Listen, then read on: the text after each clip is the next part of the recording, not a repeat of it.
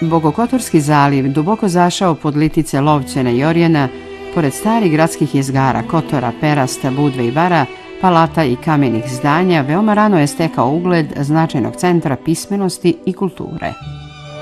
Boka Kotorska, kao rijetko koji kraj Jadranskog primorja, čuva na čitavoj svojoj teritoriji ostatke ljudske civilizacije i kulture iz raznih epoha istorijskog bitisanja, zapisao je Maksim Zloković, Bokelj i zavičajni istraživač. Sačuvano je bogato kulturno nasljeđe koje na najbolji način svjedoči o snažnom privrednom i kulturnom poletu Boke kroz vijekove. Posebno mjesto pripada staroj serijskoj publikaciji objavljenoj tokom 19. i na početku 20. vijeka. Veoma cijenjena u akademskim krugovima, ova periodika je ostala nedovoljno poznata široj javnosti. Sve do kraja 18. vijeka knjige i sva ostala građa štampani su van Boke. Razlog tome treba tražiti u odbijanju mletačke vlasti da izda dozvolu Kotoranima da u svom gradu otvore štampariju. Mletačka republika, jako je dobrovoljno na poziv Kotorana Kotor ušao u njen sastav, ona nije dozvoljavala razvoj nekih industrijskih grana i to koji bi bili konkurentni naravno bilo na Jadranskom moru, bilo šire. U sklopu toga pretpostavljamo da je tako bilo i sa štamparstvom. I pretpostavljamo da je vjerovatno postojala nekakva bojazan da bi se možda razvojem štamparstva, recimo u Kotoru kao gradu Mletačke republike, ne bi bila tolika kontrola i možda bi se i nešto štampalo što bi bilo nepovoljno za samu mletačku vlast u Kotoru. Tako da je iz tog nekakvog opreza i sve prvi štampari su svoje štamparije imali u Veneciji i radili su i distribuirali su svoje publikacije, naravno na ovom području, jer to im je bilo novo tržište. Iako je Kotoranin Andrija Paltašić bio jedan od prvih štampara u Europi, on ipak nije mogao u svom rodnom gradu da otvori štampariju. Učinio je to u Veneciji 1472. godine, razvivši je u jednu od najuglednijih štamparija u Mletačkoj republici. U istoriji bokeljskog štamparstva upamćena su još dva važna bokelja, Jerolim Zagurović i Stefan Paštrović. Tako je 1569. godine, neposredno nakon otvaranja štamparije u Veneciji, Zagurović objavio dvije knjige, Srednjovjekovni psaltir i Molitvenik, dok je Paštrović 3 decenije kasnije, u proljeće 1597. godine, u štampariji Rampacetije u Veneciji štampao zbornik za putnike ili Molitvenik Stefana Paštrovića i Bukvar. Mi moramo da pomenemo Andriju Paltašića, koji je već po sačuvanim dokumentima u Državnom arhivu Venecije 1477. godine već štampao knjige i to je u stvari bio pokazatelj da je on izrastao iz jedne atmosfere koja je tada bila u Kotoru, koji je pripadao Mletačkoj republici i pripadao području Mediterana, gdje se polagalo, došlo je do procvata humanizma i renesanse. Knjige koje su se štampali u najranijem periodu, znači u štampariji Andrije Paltašića u Veneciji, uglavnom su bila dijela, nekoja su vezana za Boku Kotorsku, to su bile dijela uglednih antičkih rimskih pisaca. Kasnije mi imamo Jerolima Zagurovića, potom Božidara Vukovića Štampara, koji također preko svoje vanbračne kćerke Magdalene ima vezu sa Kotorom i koji je trgovao knjigama u stvari preko Kotora. Imamo da se u štamparstvu polaže pažnja na štampanje ne samo latiničnim pismom, nego i ćiriličnim pismom. Znači da se obezbijedi za crkve na jednom širem području potrebe za liturgijskim knjigama su bile očigledne, vrlo prisutne u čitavom tom širokom zaleđu Boke Kotorske. I tu su i Andrija Paltašić, pretpostavljamo, i Jerolim Zagurović i Božidar Vuković vidjeli neku mogućnost za novo svoje tržište, jer naravno i štamparstvo je trebalo da donese izvjestan prihod.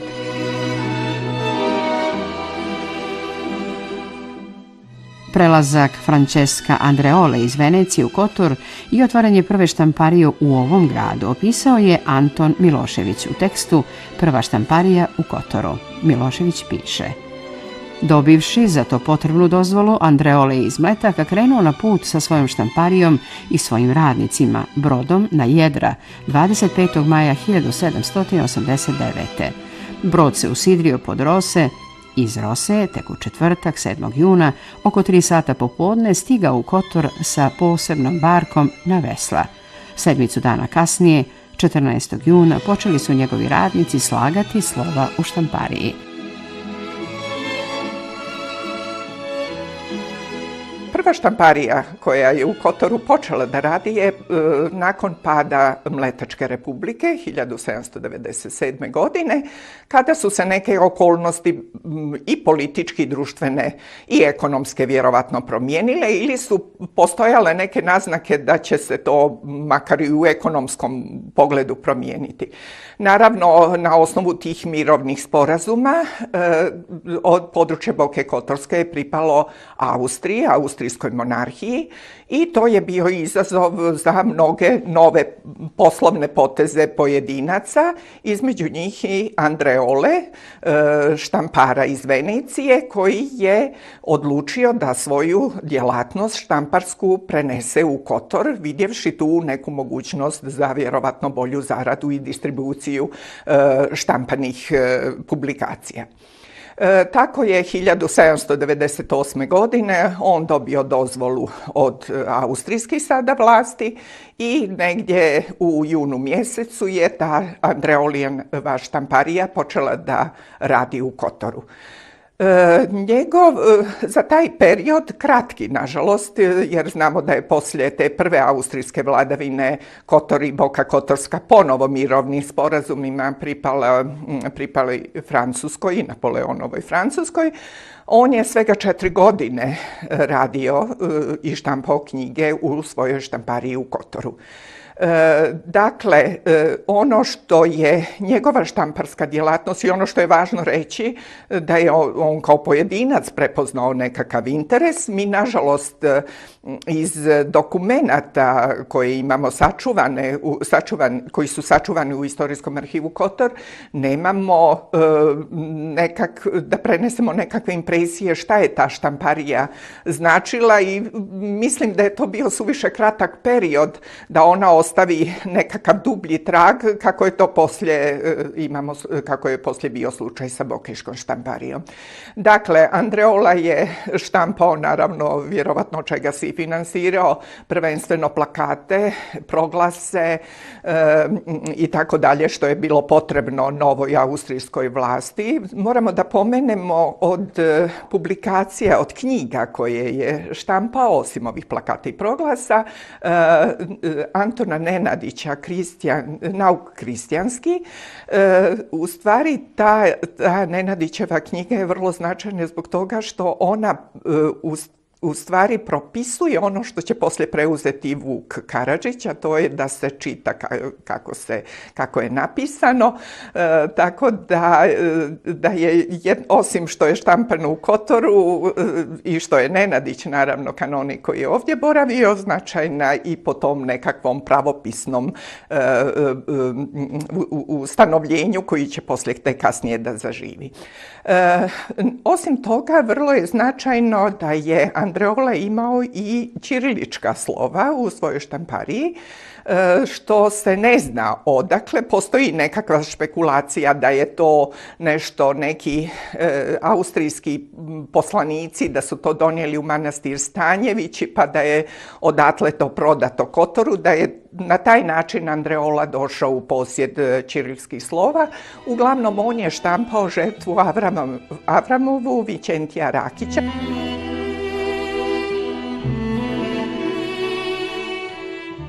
Poslije gašenja Andreolijeve štamparije, austrijske vlasti nijesu dozvoljavale ni otvaranje nove, ni uspostavljanje veza sa Cetinjem, gdje je u to vrijeme radila prvo Njegoševa, a potom državna štamparija. Tako su godišnjici, kalendari, šematizmi i almanasi jednom godišnje publikovani u Veneciji, Dubrovniku, Splitu, Zadru, Beogradu i Novom Sadu. Publikovanje lista, njegovu koncepciju i uređivačku politiku neophodno je sagledati u kontekstu istorijskih, političkih i kulturnih prilika u Boki krajem 19. i početkom 20. vijeka.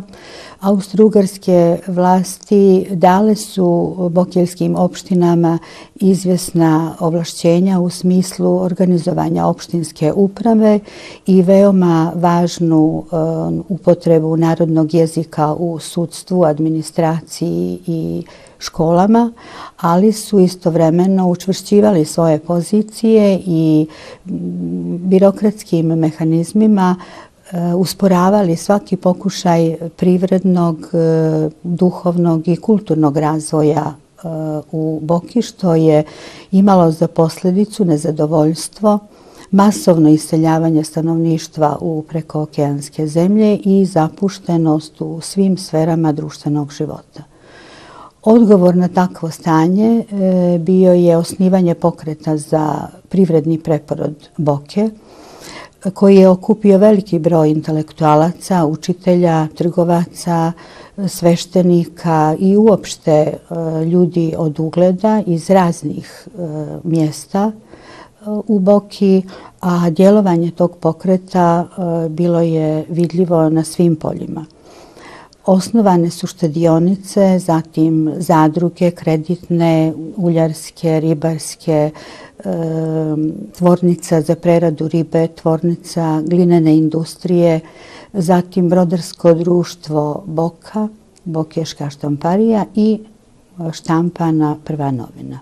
Za dobijanje kompletne slike istorije jednog područja imati ta glasila i u kojima su se iznosili sa nekakve druge tačke gledišta neke stvari, neke novosti, informacije i podaci koji nisu u onoj administrativnoj građi bili sadržani. Pa čak i nekakvi opozicioni pogledi na čitavu društvenu situaciju, ne samo naravno u Boki, nego i u čitavom okruženju. Do 1908. godine u Boki Kotorskoj izlazilo je 9 naslova periodičnih publikacija koje su štampane u Dubrovniku, Zadru i Novom Sadu. To su šematizmi, godišnji izvještaji katoličke i pravoslavne crkve, kao i izvještaji bokeljskih škola. Početkom 20. vijeka osnovana je bokeljska štamparija, poslije čega su počeli da izlaze pojedini listovi i književni kalendari.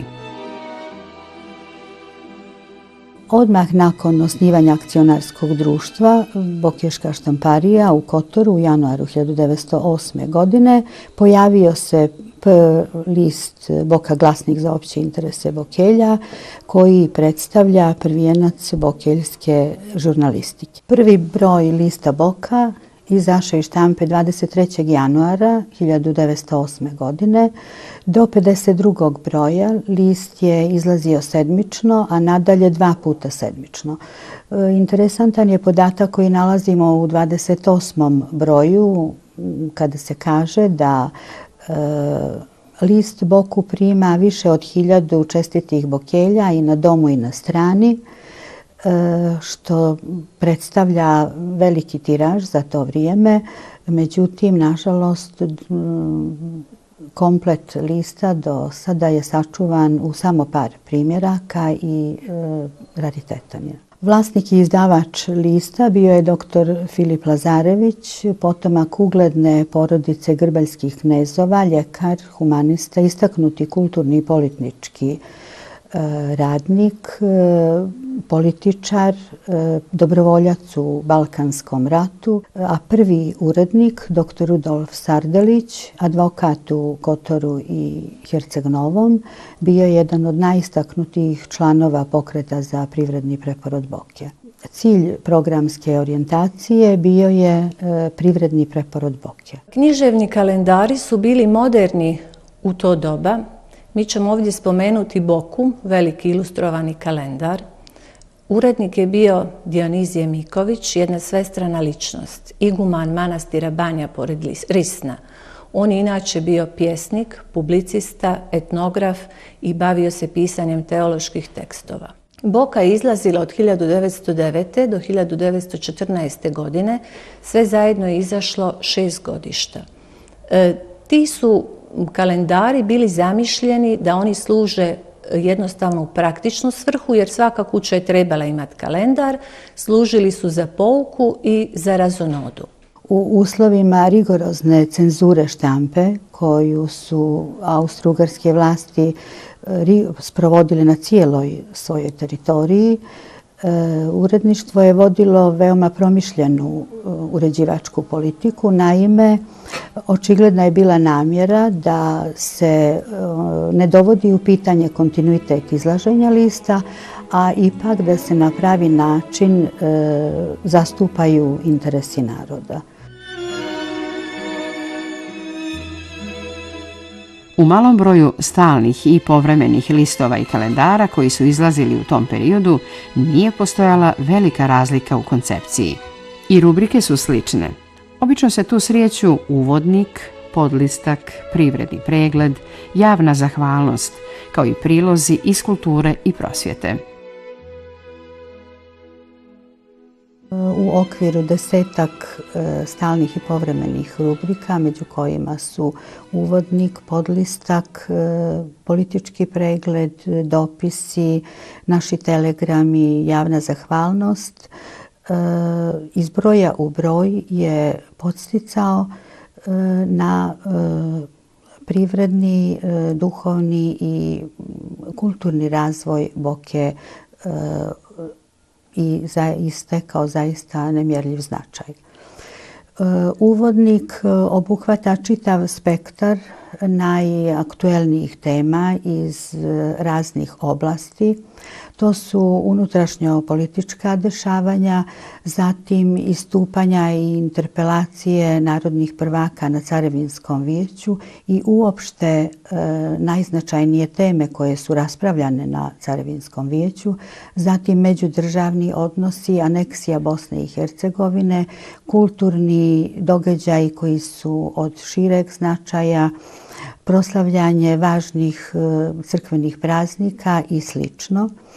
U rubrici podlistak uglavnom su objavljivani tekstovi literarnog sadržaja, dakle dijela domaćih i stranih pisaca, Matavulja, Dionisija Mikovića, Ljubiše, Čehova, Oskara Wilda. Dragocjeni su tekstovi koji govore o radu biblioteka u Kotoru, Herceg-Novom, Risnu i Budvi i tekstovi iz istorije pomorstva Boke.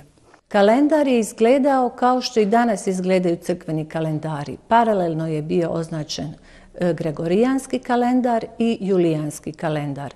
Tu su bili navedeni mjesečeve mijene, izlazak i zalazak sunca, pomračenje sunca i mjeseca, pa čak i predviđanja o vremenu i tu stoji stogodišnjak Gata o vremenu.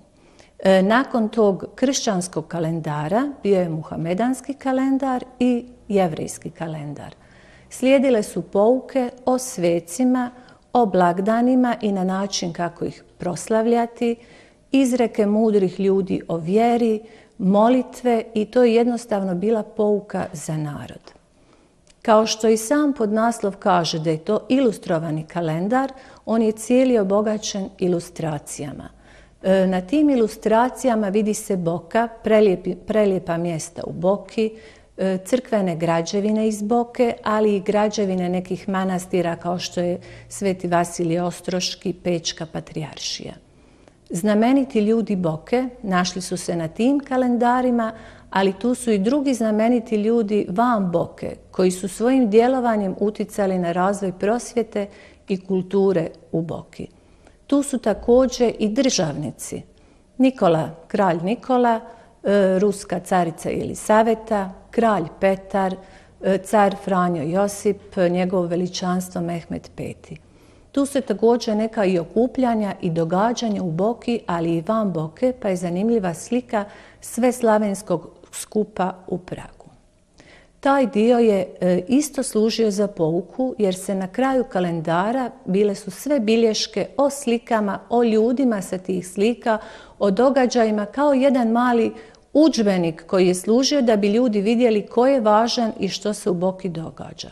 U rubrici Dopisi, najčešće pod pseudonimom, oglašavali su se čitaoci i to su uglavnom teme pohvale i kritike na račun opštinskih vlasti u vezi sa lokalnim problemima kao što su stanje puteva, zadužbine, nestašica vode i slično. A u ovoj rubrici objavljivani su i dopisi Bokelja iseljenika, tako da imamo i značajnih informacija o njihovom privrednom i društvenom djelovanju u iseljeništvu.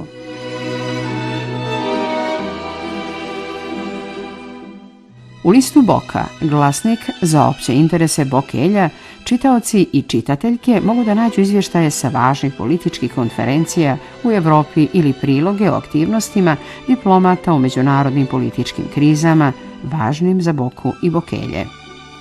U književnom kalendaru Boka, veliki ilustrovani kalendar, pretplatnici su nalazili i priloge iz književnosti o prošlim ili savremenim događajima, kao i savjete vezane za poljoprivredu, održavanje higijene ili njegu dobrog zdravlja.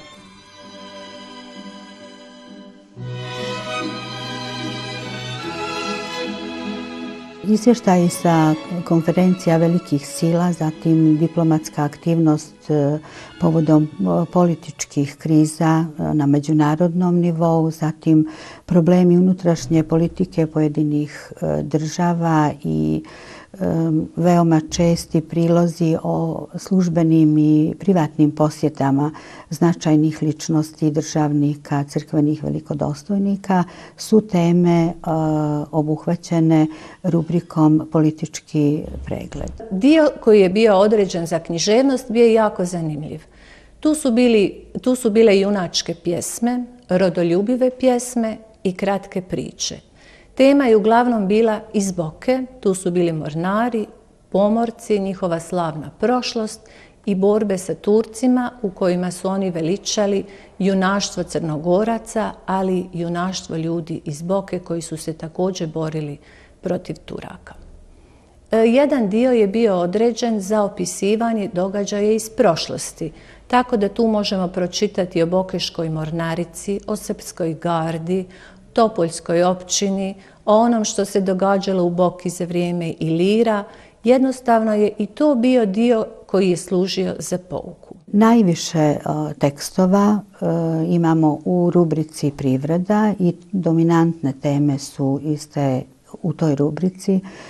Turizam, zadrugarstvo, maslinarstvo, planiranje melioracionih radova i slične teme, dok su u rubrici prosveta uglavnom tekstovi poučnog karaktera o modernom školstvu u Evropi, zatim o reformi obrazovanja, organizovanju dječjih vrtića i interesantni su tekstovi koji čitaoce upoznaju sa teorijom Friedricha Frebela, pobornika ideje o vaspitanju djece u skladu sa prirodom. Književni kalendar Boka bio je rado čitan među Bokeljima u Boki i među iseljenicima na drugim kontinentima. Spisak pretplatnika štampan u listu to najbolje ilustruje.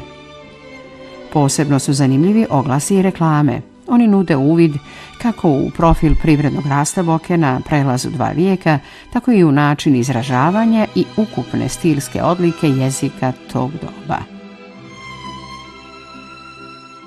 Zadnji dio je namijenjen reklamama. Te reklame su nešto posebno. Čitajući te reklame čini vam se kao da ste uronili u Boku Kotorsku u tom dobu. Vidi se da je počela industrijalizacija, spominje se prva tvornica svijeća, prvi mlin na benzinu. Tu se spominje i prva fabrika crijepova i cigala koja je bila na parni pogon. A već kad se razvija industrija, potrebne su i banke.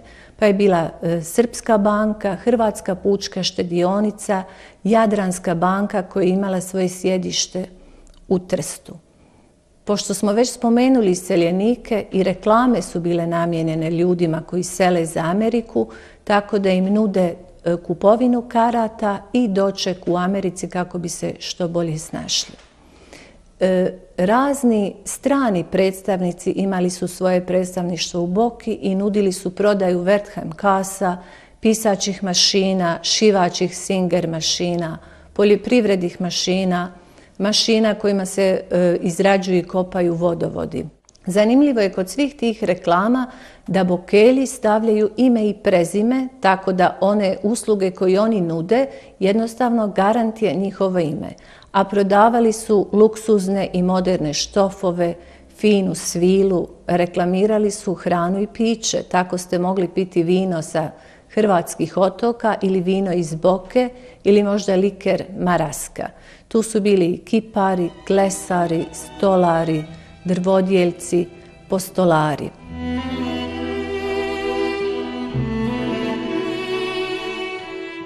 Bokeljsku periodiku na početku 20. vijeka karakteriše pojava nekoliko listova koji nijesu dugo izlazili. Pomenimo ovdje Dnevni vjesnik koji je uspješno pratio vojne operacije u Balkanskom ratu ili Proljeće, napredni omladinski list. Dnevni vjesnik je jedna vrlo neobična, u stvari,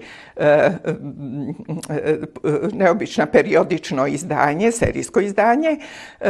Naime, taj list je počeo da izlazi odmah nakon što je Crna Gora objavila rat Turskoj, to su Balkanski ratovi.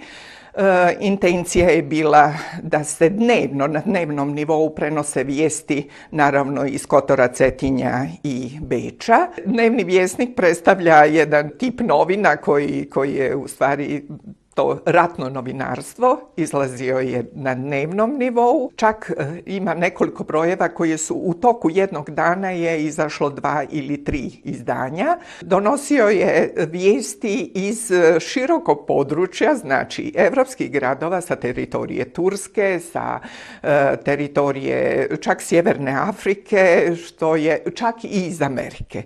Na koji način je to, naravno vijesti su pristizale telegrafski, kako su oni to podmirivali, mi saznajemo iz nekakvog poziva da ljudi podrže štampanje tog časopisa, jer da redakciji nije lako da pribavi sve te informacije, jer vjerovatno nije mogla od svih tih raznih dopisnika iz raznih zemalja da pribavi to besplatno. Pretpostavljamo da su i sami telegrafski troškovi bili bili prisutni tu i jednostavno ne znamo na koji način je funkcionisalo, ali smo vrlo ponosni da je takva jedno serijsko izdanje, jedan list izlazi u Kotoru i eto ima ga Kotorski arhiv u kompletu.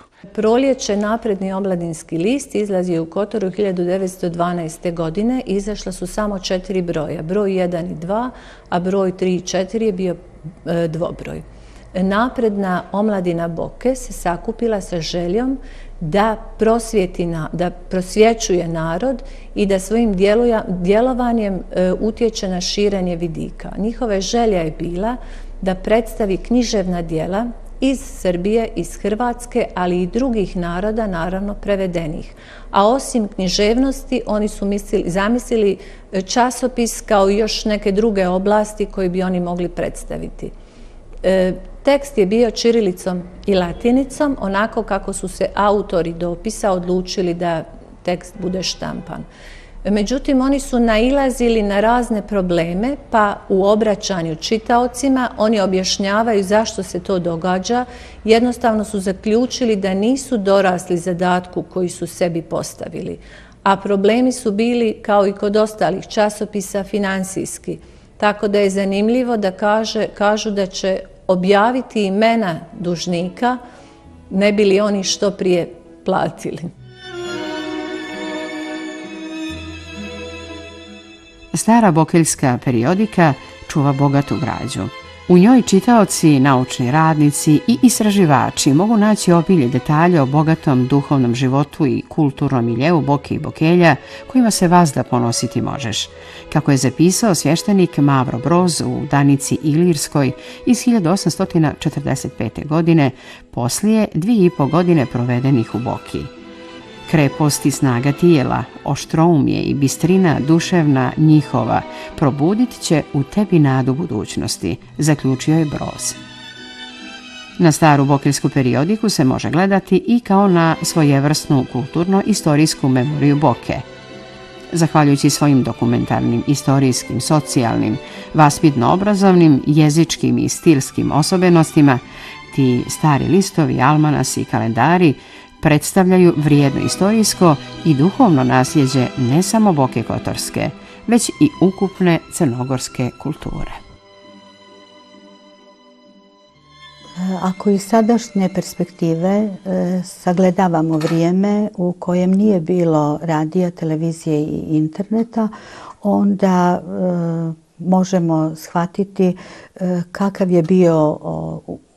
je bila uloga novina kao dominantnog medija. A danas, kad čitalac malo detaljnije iščitava list Boku, može zaključiti sa sigurnošću da on jeste slika vremena u kojem je izlazio i da upravo iz tog razloga je nezaobilazan za istraživače različitih profila, dakle istraživače političkog, upravnog, privrednog, kulturnog života, istraživače istorije crkve i porodičnih hronika. Serijske izdanja ili periodična izdanja poput ovih listova imaju veliku važnost ako se gledamo sa stanovišta recimo historiografije ili nas, arhivista, kao komplementarni izvori za izučavanje raznih oblika, raznih načina jednostavno življenja na tom području, tako da su ti listovi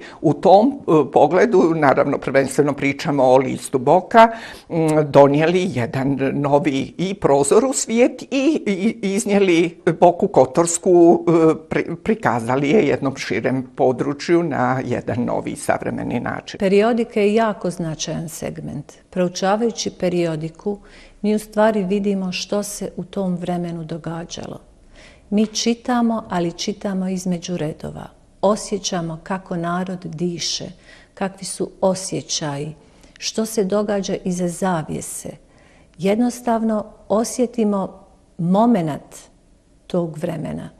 A kad se vratimo u današnje vrijeme, vidimo da se mnoge stvari ponavljaju. Tako nam je prelistavanje te stare periodike kao jedan udžbenik iz kojeg možemo da učimo i da savjete iz tog vremena primijenimo na naše vrijeme, jer mnoge stvari su ostale iste. U stvari narod je ostao isti, sa željom da se ide naprijed, sa željom da se nešto popravi i da nešto bude bolje. Želje naroda koji je živio tad i nas danas su potpuno iste, a i okolnosti su na neki način slične. Znači, ta stara periodika nam je jedan putokaz kako možemo i kako trebamo.